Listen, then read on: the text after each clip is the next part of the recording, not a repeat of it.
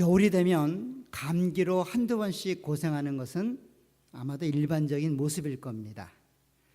근데 감기가 그렇게 많은 자들에게 익숙해서 그런지는 몰라도 이런 말이 있습니다.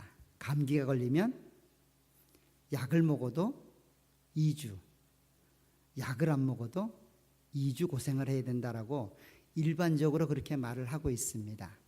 근데 요즘은 그 말도 잘 통하지 않는 것 같아요. 요즘은 감기 한 번 걸리면 한 달, 심지어는 응급실까지 실려가야 되는 그런 엄청난 감기로 변했습니다. 감기약을 먹어도 잘 듣지 않습니다. 한번 그런 플루에 걸리게 되면 고통을 당하게 되죠. 근데 왜 이렇게 감기가 매년 발생을 하고 또 그 감기로 인해서 고통을 당했음에도 불구하고 왜 매년 감기에 또 걸리게 되는 것일까요?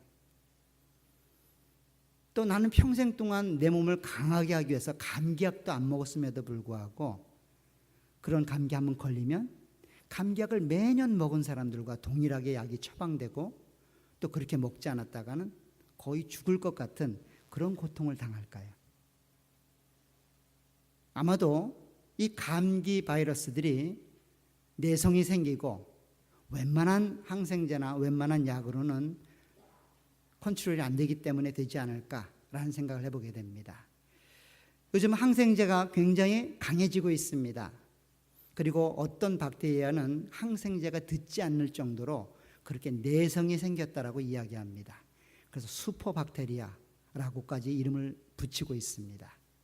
그래서 의사가 여러분들에게 다른 약을 처방할 때와는 다르게 항생제를 처방할 때는 꼭 단서를 붙입니다. 그 단서가 뭡니까? 끝까지 먹으라는 겁니다.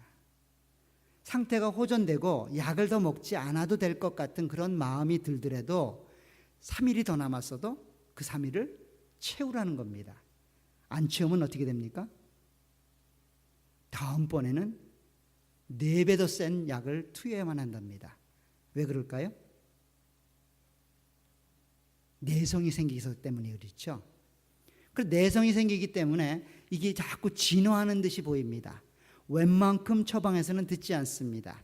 1이라는 수치로 처방해도 들을 것이 이제 내성이 생기면 3, 4로 처방해도 잘 듣지 않습니다. 3, 4로 듣던 그런 세균들과 그런 내용들도 그것을 제대로 처리하지 못하면 7, 8, 때로는 10을 처방해도 잘 듣지 않는 경우가 종종 있습니다.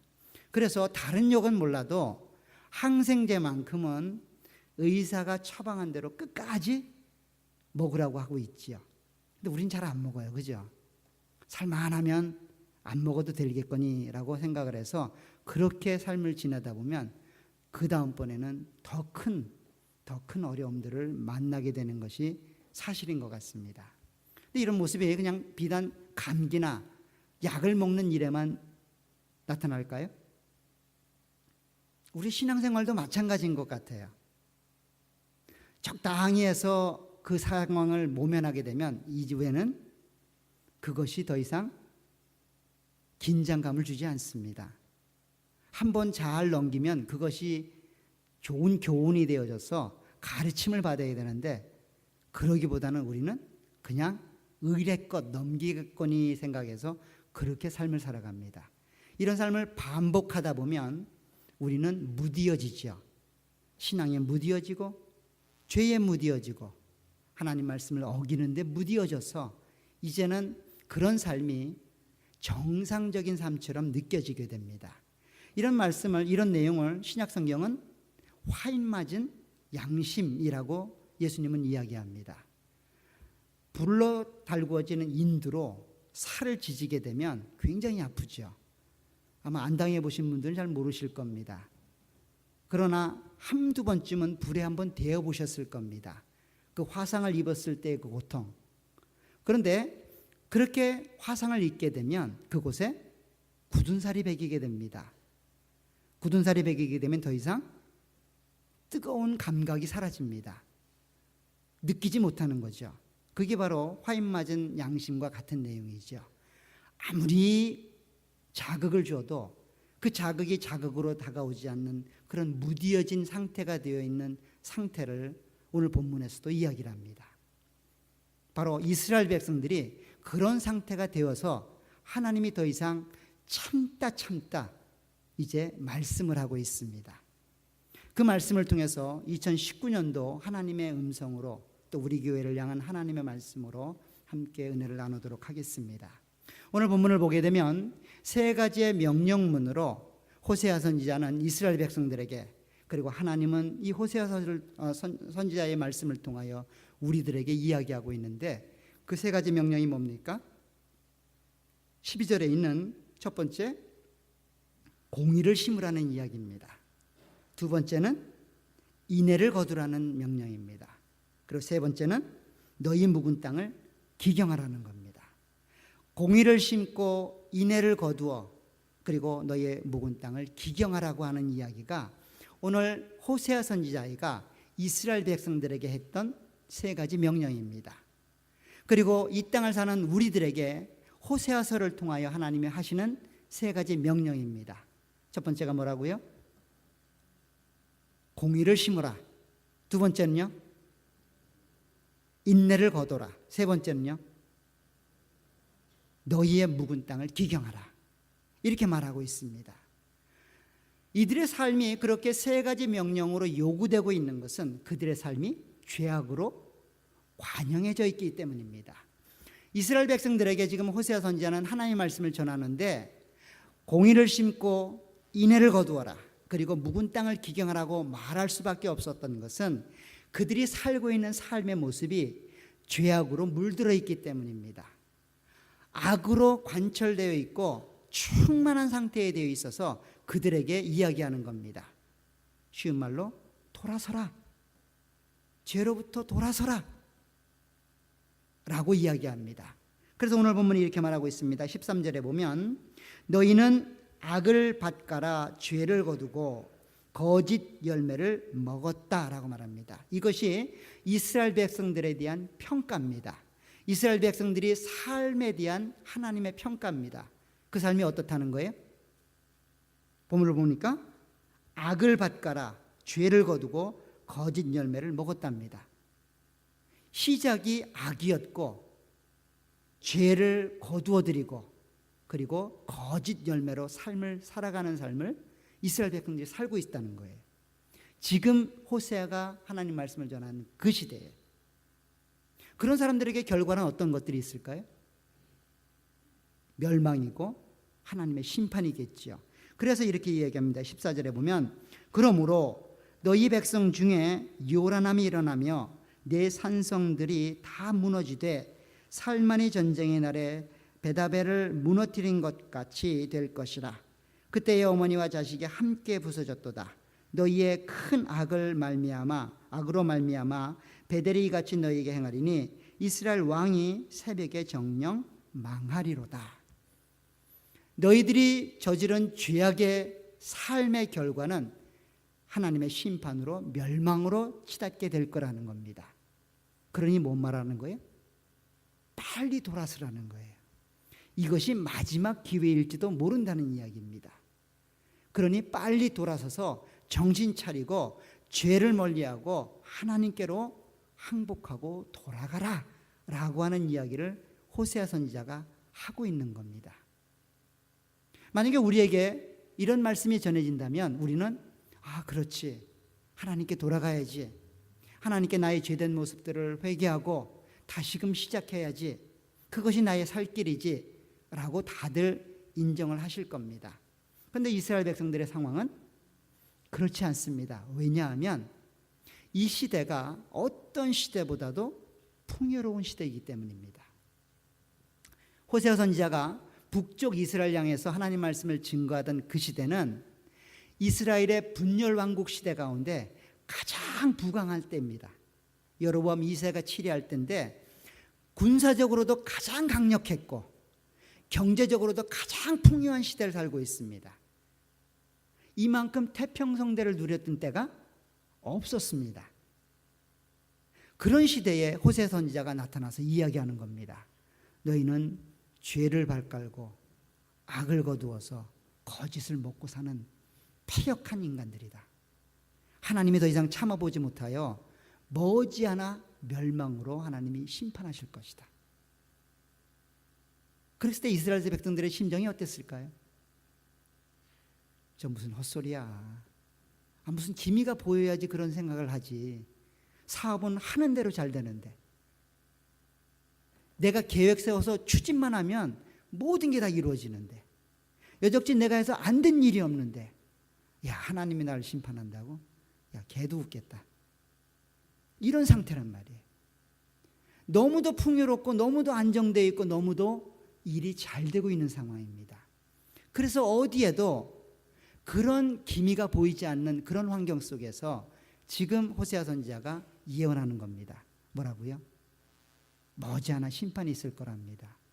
머지않아 하나님의 심판이 새벽이 오는 것처럼 순식간에 와서 멸망할 거라는 겁니다. 아무도 믿지 않죠. 더 믿지 않는 이유는 그들은 굉장히 종교적으로 열심히 있었기 때문입니다. 그냥 사회적으로 하나님을 등한히 하고 하나님을 멀리해서 그냥 그런 삶을 살았다면 한순간 경각심이 들겠지요. 어려서부터 하나님을 열심히 믿었는데 사업이 바쁘고 환경이 바빠서 주일날도 교회 못 나갔어요. 그런데 어느 날 목사님이 와가지고 이래 살다간 당신 죽습니다. 정신 차리십시오. 근데 그 상황을 보니까 병도 걸린 것 같고 사업도 조금 잘 안 되는 것 같고 주변 일들이 잘 안 되는 것 같아요. 그럼 마음이 뜨끔하죠. 정말인가 보구나. 근데 이 상황은 그런 상황이 아닙니다. 종교적으로도 굉장히 열심히 있습니다. 일도 그 열심히 있을 만큼 잘 되고 있어요. 그런 풍요롭고 안정된 삶을 살고 있을 때 말을 전하고 있습니다. 잘 안 믿으시는 거 보니까 1절 한번 가보세요. 이들이 얼마나 종교적으로 열심을 냈는지 한번 보시기 바랍니다. 10장 1절에 보면 이렇게 되어 있습니다. 이스라엘은 열매 맺는 무성한 포도나무라 라고 이야기합니다. 잘 보세요. 이스라엘 백성들을 평가할 때 어떤 모습으로 평가하고 있습니까? 포도나무로 평가하는데 그냥 포도나무 같다는 아니라 어떤 포도나무예요? 무성한 포도나무. 근데 얼마나 무성했는지 열매를 맺는 무성한 포도나무로 설명하고 있다고요. 이 말은 무슨 말인가 하면 신앙적으로 삶을 살아보니 그 신앙이 그들에게 풍성함을 제공해 줬다는 거예요. 어느 누구도 인정하는 그런 모습이죠. 그래서 그들이 열매를 거두어들일 때 한 행위를 보세요. 그 열매가 많을수록 뭘 많게 했답니까? 제단을 많게 하며 그 땅이 번영할수록 주상을 아름답게 했답니다. 쉬운 말로 해서 사업이 잘 되니까 헌금도 많이 하고 예배당도 짓고 이런 일들을 막 했다는 거예요. 아니, 돈이 남는 게 돈인데 그런 거 하나 못 하겠습니까? 돈이 없어서 못 하죠. 그죠? 지금 이스라엘 백성들이 그런 상황입니다. 신앙적으로 열심히 있습니다. 또 열심히 있는 만큼 환경적으로도 풍족한 삶을 살아요. 누가 봐도 부족한 것이 없는 것 같습니다. 그런데 이런 삶을 살았던 이스라엘 백성들을 향해 하나님이 이렇게 말씀하십니다. 2절에 보시면 그들이 두 마음을 품었으니 이제 벌을 받을 것이라. 하나님께서 그 제단이 어떤 제단입니까? 열매가 많다고 하여 지었던 그 제단을 쳐서 깨뜨리시며 그 주상을, 어떤 주상입니까? 그 땅이 번영할수록 감사해서 만들어 놓은 그 주상들을 하나님이 허시겠다라고 이야기합니다. 지금 이스라엘 백성들이 감사해서 혹은 더 많은 것들을 얻기 위하여 만들었던 예배의 장소, 그리고 그 예배의 장소를 표현했던 아름다운 장신구들, 이런 것들을 하나님이 다 허무시겠답니다. 이상하지 않습니까? 오늘 말로 하면 교회당을 허물겠다는 얘기입니다. 여러분들이 행하고 있는 모든 문제들을 다 안 되게 만들겠다는 겁니다. 근데 그 이유가 뭐예요? 이스라엘 백성들이 그 일을 행할 때 마음이 어떻다는 거예요? 두 마음을 품었다는 거예요. 오늘 2절에 보면 그들이 두 마음을 품었으니 이제 벌을 받을 것이라. 여기 말하는 이 두 마음은 사실은 원문에 보면 거짓된 마음입니다. 겉으로는 그렇지 않은데 속마음은 달랐다는 거죠. 종교적인 열심으로 열심히 신앙생활하는 것처럼 보여지지만 실제 마음은 다른 욕심이 있었다는 겁니다. 하나님을 섬기는 것처럼 그렇게 표현되지만 그 속내는 다르다는 겁니다. 얼마큼 달랐는지 한번 보십시오. 3절에 보면 이래 말합니다.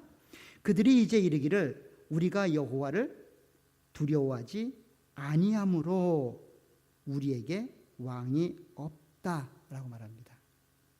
무서운 말 아닙니까? 지금껏 행한 행위의 모습이 하나님을 섬기는 모습이었다는데 그 섬김의 대상에 대한 두려움이 전혀 없었답니다. 누가요? 이스라엘 백성들이. 그렇게 예배당 짓고 예배당 안에 성전 기물들 들여놓고 그랬던 사람들이 그 예배의 대상이 되신 하나님에 대한 생각은 1도 없었다는 거예요. 그래서 거짓된 마음이라는 겁니다. 그래서 두 마음을 품었다는 거예요. 그래서 예배당을 지었기 때문이 아니라 그 마음 상태가 죄악된 마음으로 있기 때문에 하나님이 벌을 내리시겠다는 거예요. 근데 이스라엘 백성들은 왜 이렇게 변했을까요? 아마도 하나님이 오랫동안 참았기 때문이 아닐까 생각되어집니다.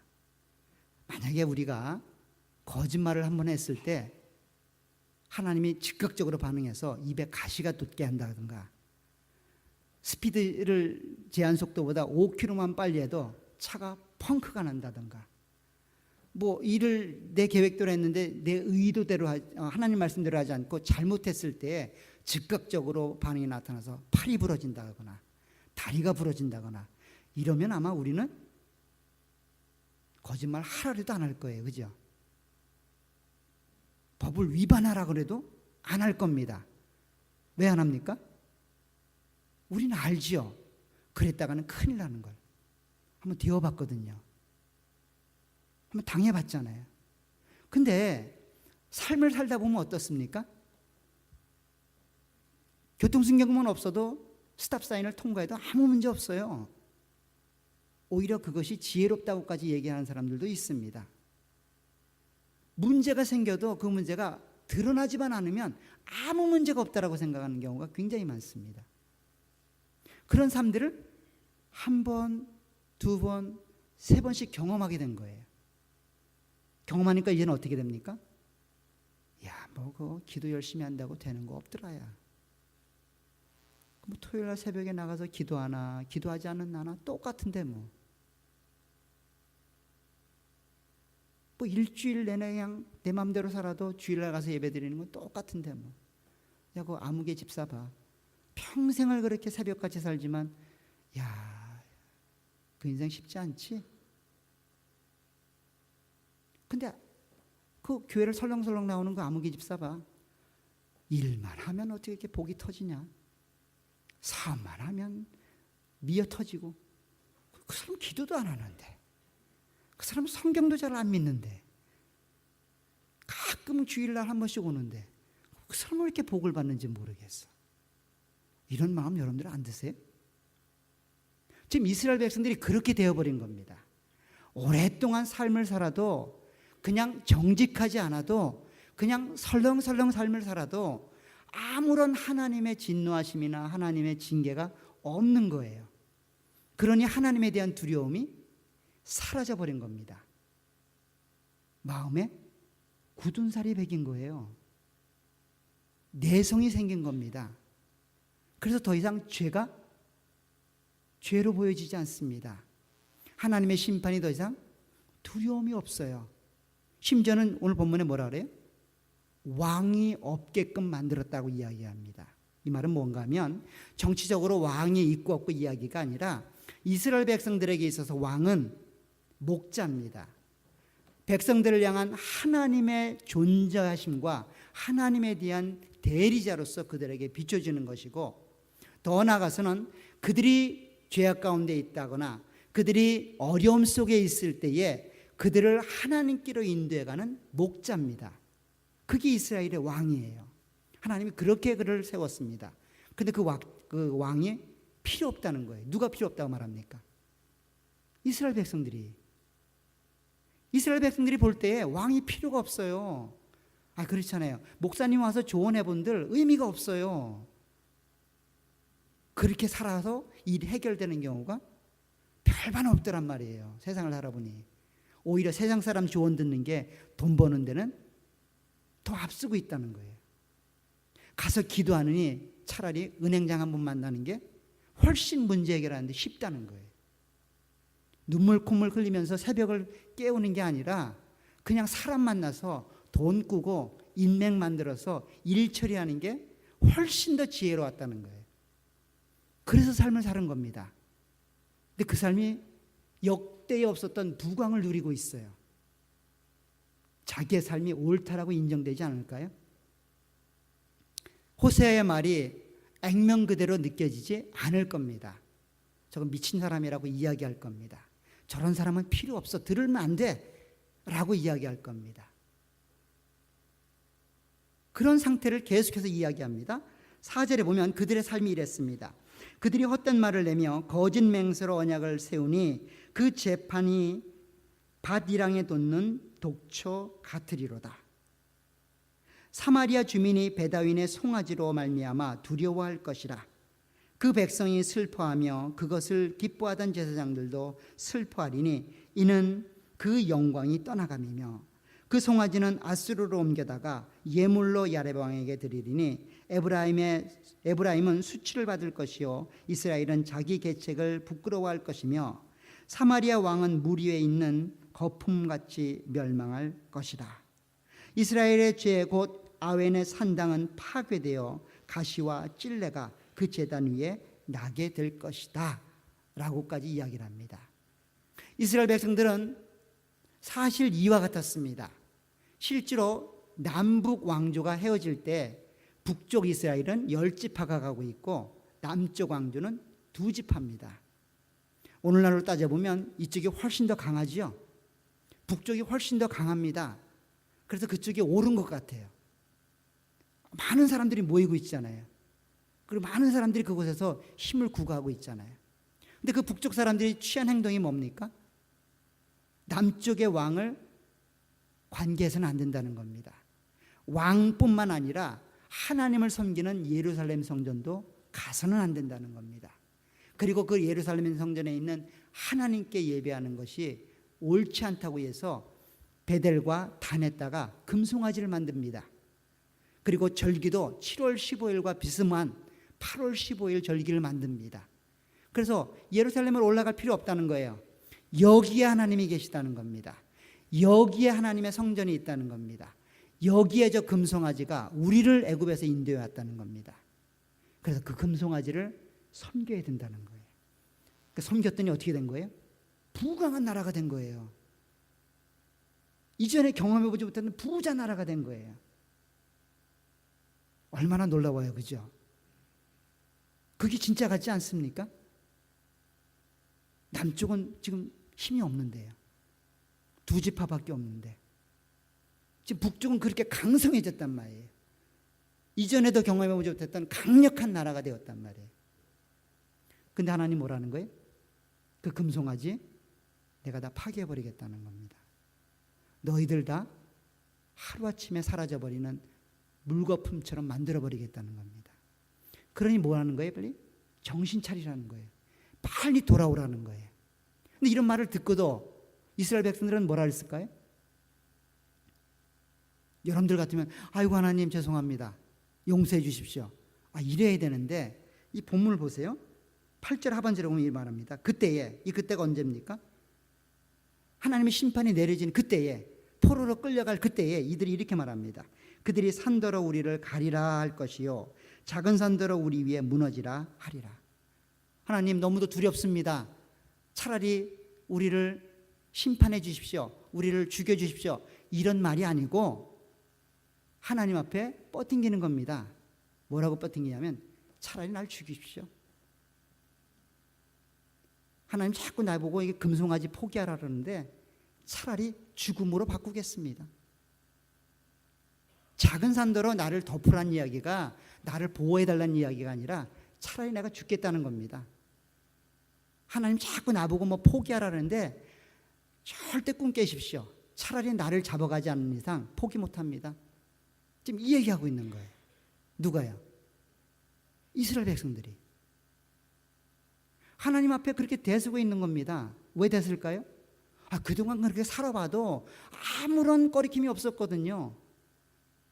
아무런 아픔이 없었거든요. 오히려 더 잘 됐거든요, 일이. 그만큼 이 이스라엘 백성들은 마음이 굳어져 버린 거예요. 마음이 딱딱해질 대로 딱딱해져 버린 겁니다. 방법이 없어요. 그래서 하나님이 계속해서 이야기를 합니다.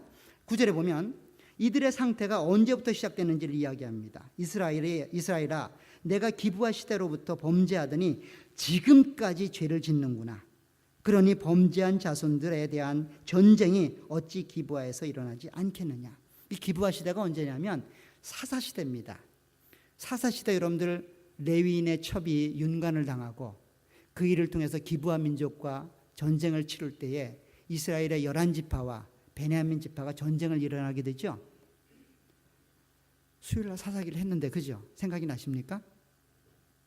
기브아 지역에서 이 레위인이 잠을 청하다가 그 기브아 사람들이 동성연애자인데 이 사람을 막 같이 이렇게 즐기려고 합니다. 그러자 첩을 내보내서 첩이 윤관을 당하고 그래서 그 일이 시작이 되어져서 그 여자를 12토막 내서 각 지파에게 보내죠. 그래서 11지파가 모입니다. 이런 일은 있을 수 없다. 어찌 하나님을 믿는 민족 안에 이런 일이 있을 수 있냐. 그래서 기브아 사람들을 내놓으라고 베냐민 지파에게 요구를 합니다. 왜냐하면 기브아가 베냐민 지파에 속해 있기 때문이에요. 그런데 베냐민 지파가 어떻게 행동을 합니까? 도저히 내줄 수 없다는 겁니다. 이해가 안 되는 대목이에요. 그죠? 지금 동성연애자입니다. 죄를 저질렀어요. 그래서 그 죄를 심판하겠다는 겁니다. 하나님의 공의로 심판하겠다는 겁니다. 근데 베냐민 지파 사람들이 뭐라 그러냐면 차라리 날 죽이라는 겁니다. 내가 죽으면 죽었지 이 사람들은 못 내놓겠다는 거예요. 그래서 전쟁이 일어나죠. 11지파와 베냐민 지파가 전쟁을 일어납니다. 그래서 베냐민 지파가 전멸을 당하죠. 600명밖에 남지 않습니다. 그 베냐민 지파에 속했던 사람들의 죄악, 기브아 사람들이 저질렀던 그 죄악이 계속 시대를 거듭해서 지금까지 내려오고 있다는 거예요. 어디예요? 이스라엘 백성들 안에. 죄를 죄로 인식하지 못하는 그 굳은 마음, 하나님 앞에서 굳을 대로 굳어져 버리는 그 죄악된 마음이 이스라엘 백성들 안에 지금까지 있다는 겁니다. 그래서 본문이 얘기하는 겁니다. 이스라엘아, 내가 기브아 시대로부터 범죄하더니 지금까지 죄를 짓는구나. 이렇게 강성해진 것이 그들이 하나님을 잘 믿어서도 아니고 그들이 하나님께 올바른 모습으로 살아서도 아닌데 그걸 깨닫지 못하고 지금 강할 대로 강하게 마음을 굳은 상태로 내버려둔 겁니다. 그래서 계속해서 이야기합니다. 내가 원하는 때에 10절에 보면 그들을 징계하리니 그들이 두 가지 죄에 걸릴 때에 만민이 모여서 그들을 치리라. 에브라임은 마치 길들인 암소 같아서 곡식 밟기를 좋아하나 내가 그의 아름다운 목에 멍에를 메우고 에브라임 위에 사람을 태우리니 유다가 밭을 갈고 야곱이 흙덩이를 깨트리리라. 에브라임 즉 이스라엘 백성들을 향하여 그렇게 자유를 선사하고 풍요를 허락해 주었더니 그들이 고작 하는 일이 죄를 일삼는 일이고 하나님 앞에 대적하는 모습이라면 이제 내가 그 목에 멍에를 지우겠다는 겁니다. 그리고 그들을 위해 사람을 태워서 그들이 원하는 것이 아닌 그 사람이 원하는 일들을 행해 가겠다는 거예요. 그러니 빨리 정신 차리라는 거예요. 그러니 지금 호세아가 뭐라는 거예요? 그 삶을 정리하고 그 삶을 내버리고 하나님의 말씀으로 다시금 삶을 시작하라는 겁니다. 그래서 12절에 이야기되는 겁니다. 너희가 자기를 위하여 공의를 심고 인애를 거두라. 너희 묵은 땅을 기경하라 라고 이야기하는 겁니다. 왜 그렇습니까? 지금이 곧 여호와를 찾을 때이기 때문입니다. 지금이 하나님의 은혜가 주어진 때이기 때문에 그렇다는 거예요. 이 말은 무슨 말이냐면 공의를 심으라는 말은 우리의 인생의 목표가 하나님의 의가 되어야 된다는 겁니다. 여러분들의 행동의 목표가 하나님의 의가 되어야 된다는 거예요. 여러분들 개인의 목적이 아니고, 여러분들의 개인의 마음 상태가 아니고, 여러분들이 마음속에 소원하는 욕망이나 여러분들의 욕심이 아니라 하나님의 의가 그 삶의 목표가 되어야 된다는 거예요. 목적이 되어야 된다는 거예요.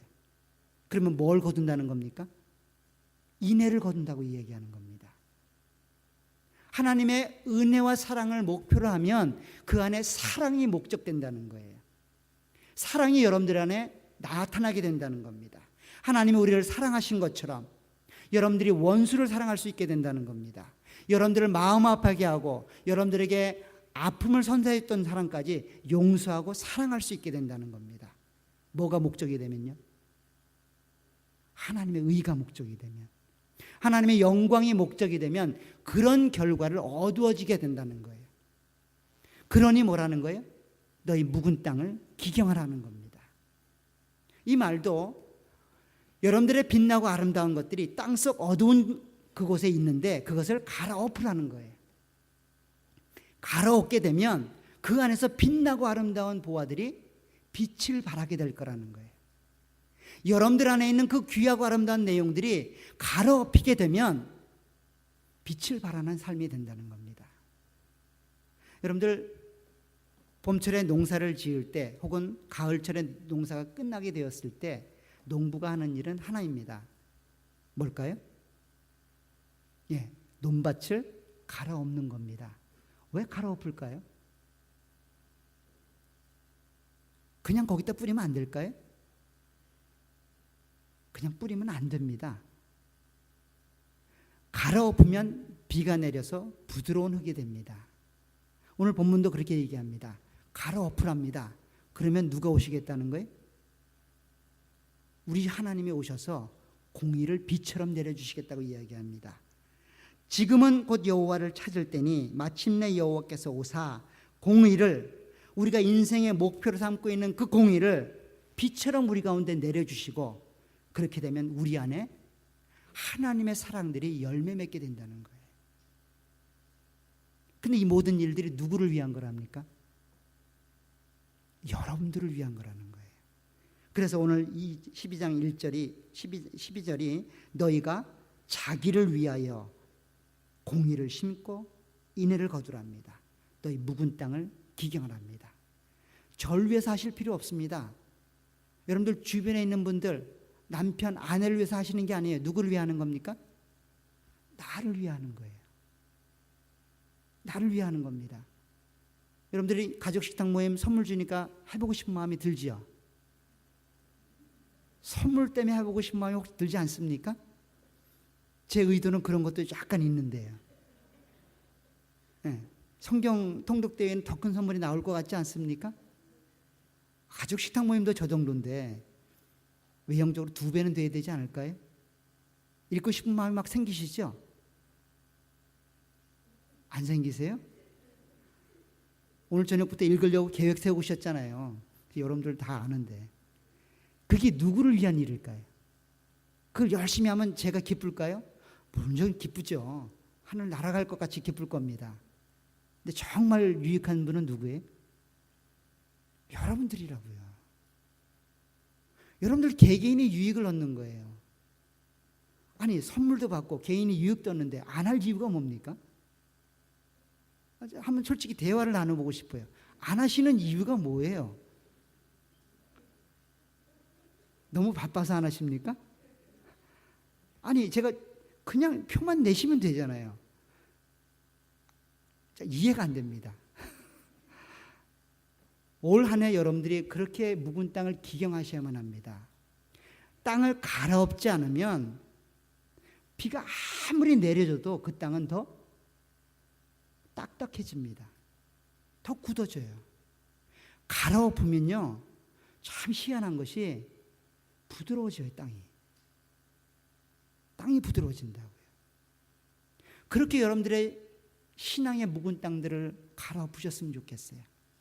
여러분들 얼마나 하나님을 사랑하시는 그 사랑이 있었습니까? 새벽을 깨우는 여러분들의 모습들이 있었잖아요. 말씀으로 시작했던 여러분들의 과거가 있으시잖아요. 사랑을 실천하고 구제하고 전도하는 그런 과거의 모습들이 하나쯤이면 다 있으시잖아요. 그걸 다시 한번 시작해 보시길 주의 이름으로 부탁을 드립니다. 하나님이 여러분들에게 그렇게 계획하고 계세요. 이 2019년도는 이전에도 경험해 보지 못했던 풍성함과 하나님의 은총을 내가 준비하고 있으니 가로엎으라는 거예요. 그래서 가로막는 여러분들의 자존심, 여러분들의 욕망, 여러분들의 알게 모르게 세워진 많은 금송아지들을 다 버리시고 땅을 갈아엎으시길 부탁을 드립니다. 그러면 하나님이 오셔서 공의를 여러분들 안에 비처럼 내려주신답니다. 비철을 내려주신답니다. 그 하나님을 기대하고 소망하시길 간절히 부탁을 드립니다. 그래서 올 한 해가 그런 모습으로 새롭게 한번 시작을 해보셨으면 좋겠어요. 제가 좋아하는 우리 충청도를 빛낸 분 중에 한 분이 원종수 권사님이라는 분이 있습니다. 여러분들 아시죠? 그분이 고등학교 때 굉장히 공부를 못했답니다. 한 600명 가운데 490등 뭐 이렇게 하는 사람이랍니다. 근데 그 어머니는 노점상을 하는 분이에요. 노점상이 뭐냐면 그 도매점에 가서 과일 떼다가 이렇게 좀 이렇게 몇 개 무리 나눠서 파는 그런 분들이죠. 근데 이 원종수 권사라는 이분이 어머니의 그런 고난에도 불구하고 열심히 공부를 안 하는 거예요. 그래서 490등에서 530등으로 떨어진 거예요. 그 선생님이 불렀답니다. 얘야, 엄마도 이렇게 고생하는데 너 열심히 공부해야 되지 않겠냐? 근데 자기 보기에는 뭐 그게 그거죠, 그죠? 490등이나 530등이나 뭐 거기서 거기인데 그걸 가지고 이렇게 공부 열심히 하라고 얘기해서 마음 먹고 교회 가서 기도를 했답니다. 하나님, 이렇게 선생님도 이렇게 요구를 하고 또 저희 부모도 이렇게 고생하는 것 같은데 어떻게 하면 좋겠습니까? 좀 공부는 안 되고 공부할 수 있는 방법을 주십시오. 그래서 공부하기 싫고 그래서 기도하고 성경을 읽었답니다. 아마 요한복음일 것 같은데 요한복음을 2번을 읽었답니다. 근데 기이한 현상이 일어난 거예요. 요한복음이 머릿속에서 보이는 겁니다. 그래서 이렇게 하면 1장이 넘어가고 이렇게 하면 2장이 넘어가는 거예요. 아, 이거 하나님 말씀이라 이러나? 그래서 국어책을 한번 정독을 했답니다. 2번을. 그런데 국어책이 메모리가 되는 겁니다. 그래서 넘기니까 페이지 수가 보이는 겁니다. 얼마나 신기했을까요? 시험 공부는 2번 정독하면 됩니다. 시험장에 가면 다른 친구는 막 고민했었는데 이 친구는 뭐 할까요? 책장 넘기는 거예요. 넘기면 다 답이 있죠. 그래서 다 100점입니다. 근데 문제는 수학 시험에 걸린 거예요. 아무리 넘겨도 문제가 없더랍니다. 왜 그럴까요? 수학 문제는 응용해서 내거든요. 숫자만 틀려도 안 되죠. 그래서 수학을 빵점 맞았답니다. 다른 건 다 100점 맞고. 그래서 서울대 의대를 갔습니다. 다른 걸 잘 봐서. 그래서 이분이 이제 미국으로 왔는데 미국에 와서 이제 여러 가지 공부를 하고 어떤 병원으로부터 제안을 받았답니다. 당신이 그렇게 유명하니 우리 병원에 와서 근무해 주십시오. 그러면서 40만 불을 연봉으로 주길 테니 오라 라고 얘기를 했답니다. 40만 불이면 굉장히 큰 돈이죠. 그래서 이분이 고민을 했답니다. 그때에도 늘 새벽 예배에 나가서 1시간 이상씩 하나님과 교제하고 기도했던 양반인데 그날은 그런 얘기를 했답니다. 하나님, 이 40만 불을 연봉으로 준다라는데 한 가지 문제가 있습니다. 제가 그 직장을 가게 되면 새벽 예배를 못 나올 것 같습니다.